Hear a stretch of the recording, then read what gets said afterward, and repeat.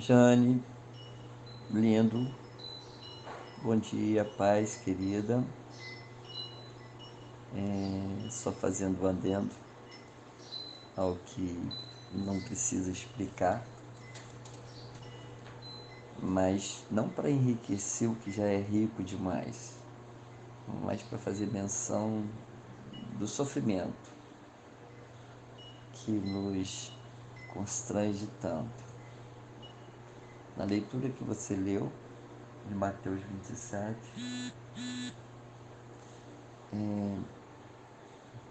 tem alguns detalhes que ficam escondidos, ficam nas entrelinhas.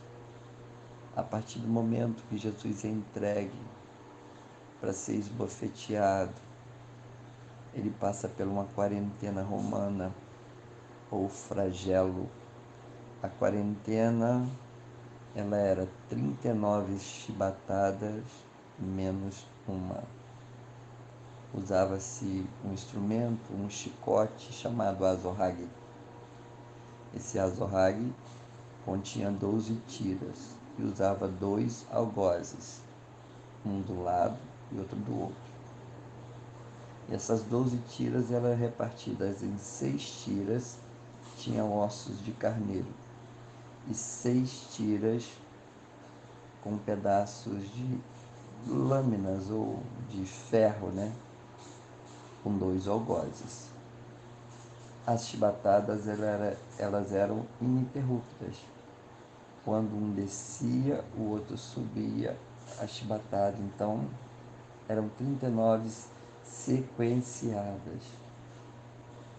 Se a gente usar um pouquinho a matemática, cada instrumento, azorrague, tinha 12 tiras, 6 contendo ossos de carneiro, 6 contendo pedaços de ferro e 2 com 39. Se você multiplicar 39 vezes 12, vai dar em torno de 450 ou 400 e poucos cortes no corpo de Jesus.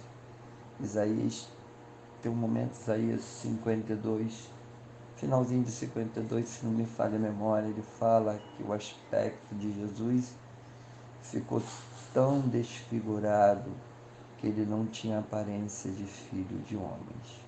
É exatamente sobre esse texto.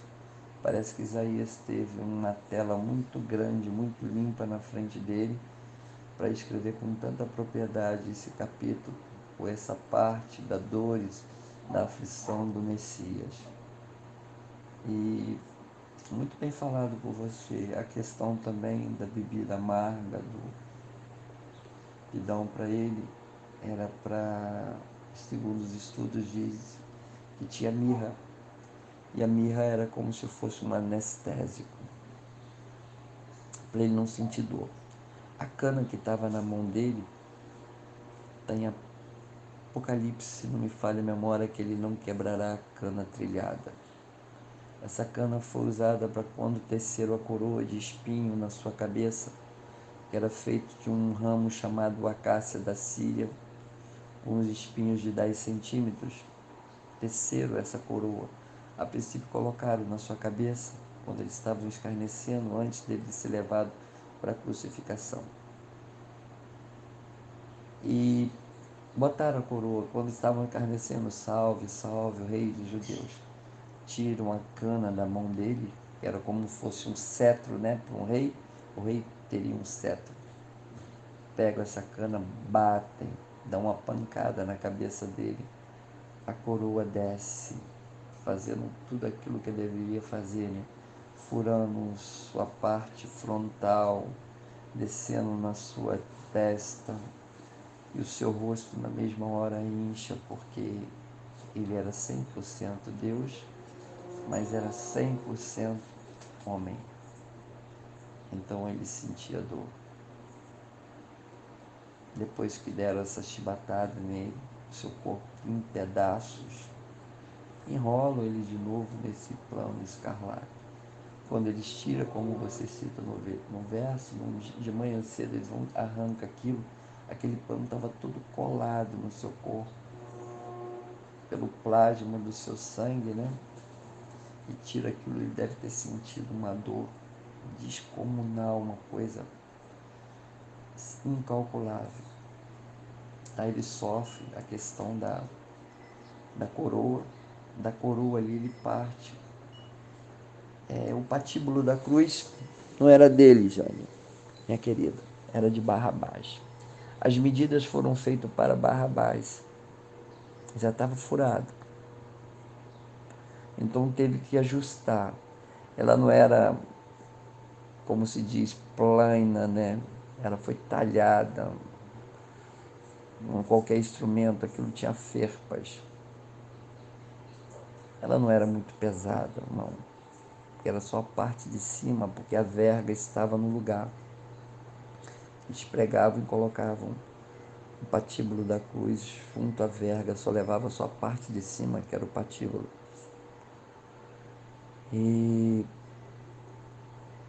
ele carregou, ele não aguentou, porque estava extenuado, estava exausto, estava o corpo todo dilacerado, aparecendo veias, artérias, aparecendo tudo. Ele estava totalmente desfigurado e exausto, porque ele tinha passado noite em claro pela dor. Interessante, Jane, que entra Simão de Cirene nessa história para terminar de carregar o patíbulo. Chega lá, eles não deu as medidas, o corpo, parece que Jesus era menor do que Simão. Então eles tiveram que ajustar, mas se cumpriu, os ossos dele não seriam quebrados, mas ajustaram o corpo dele. Bateram os pregos nas suas mãos, os seus pés, juntaram. E na verga tinha uma coisa que a cruz dele, né? Tinha onde que apoiava o pé, era chamado de ressuscitador. Isso é porque quando Jesus estava preso ao patíbulo e a verga, pela sua fraqueza, pela sua exaustão, tinha perdido muito sangue, ele não aguentava o peso do seu corpo. O corpo dele pendia para frente. Aí começava a compressão, o seu pulmão exprimia teu coração e ele começava a faltar ar. E ele ia fazer um esforço sobrenatural nesse ressuscitador, firmava os seus pés presos, mas apoiava nesse ressuscitador junto aos cravos e jogava seu corpo para trás, seu corpo agarrava nas ferpas da cruz e prendia ali, porque ele não poderia morrer asfixiado, porque ele era o cordeiro e a morte teria que ser sacrificial e teria que ter sangue. E depois de tudo isso que você lê na leitura, que ele olha para cima, vê a distância, o pecado nosso que estava sobre os seus ombros, faz momentaneamente essa separação entre ele e Deus. Ele clama, né? Eloi, Eloi, lama sabachthani. Deus meu, por que me desamparaste?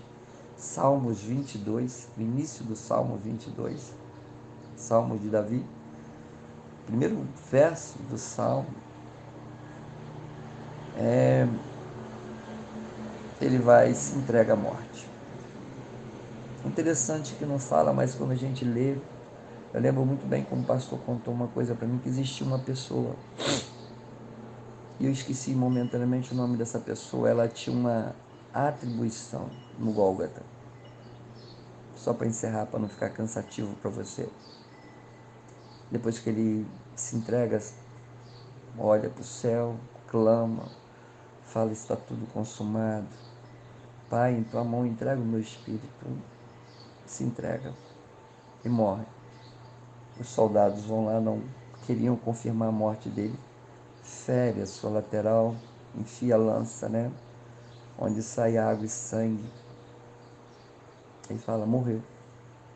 Aí uma pessoa vai de um canto ao outro, no Gólgota fala, ele pagou, ele pagou. E nós fomos comprados. Foi pago a minha, a tua, a dívida de toda a humanidade. Interessante que se você pegar a cruz de Jesus, ligar todas as extremidades dela, diz os mais inteligentes, que ela forma o mapa mundi. Ok, querido? Beijo no coração para você.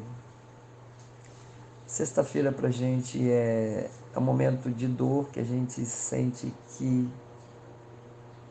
um justo morreu por todos os injustos, mas também dá um sentimento de redenção para nós, dá um sentimento de uma dívida paga, mas há um sentimento também nós de querer mudar, de querer melhorar, de querer, puxa vida, alguém, eu devia muito, a minha dívida era impagável e alguém foi lá, pagou por mim, fez esse sacrifício, eu tenho que, de alguma forma, tentar retribuir.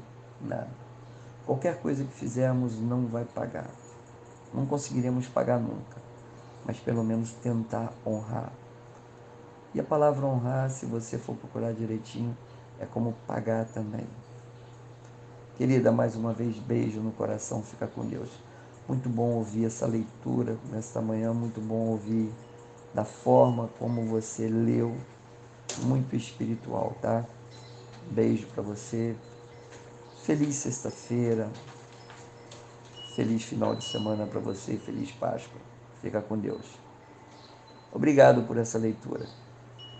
Nos constrange, mexe com as nossas emoções, faz a gente pensar e repensar algumas coisas da vida. Beijo. Fica com Deus.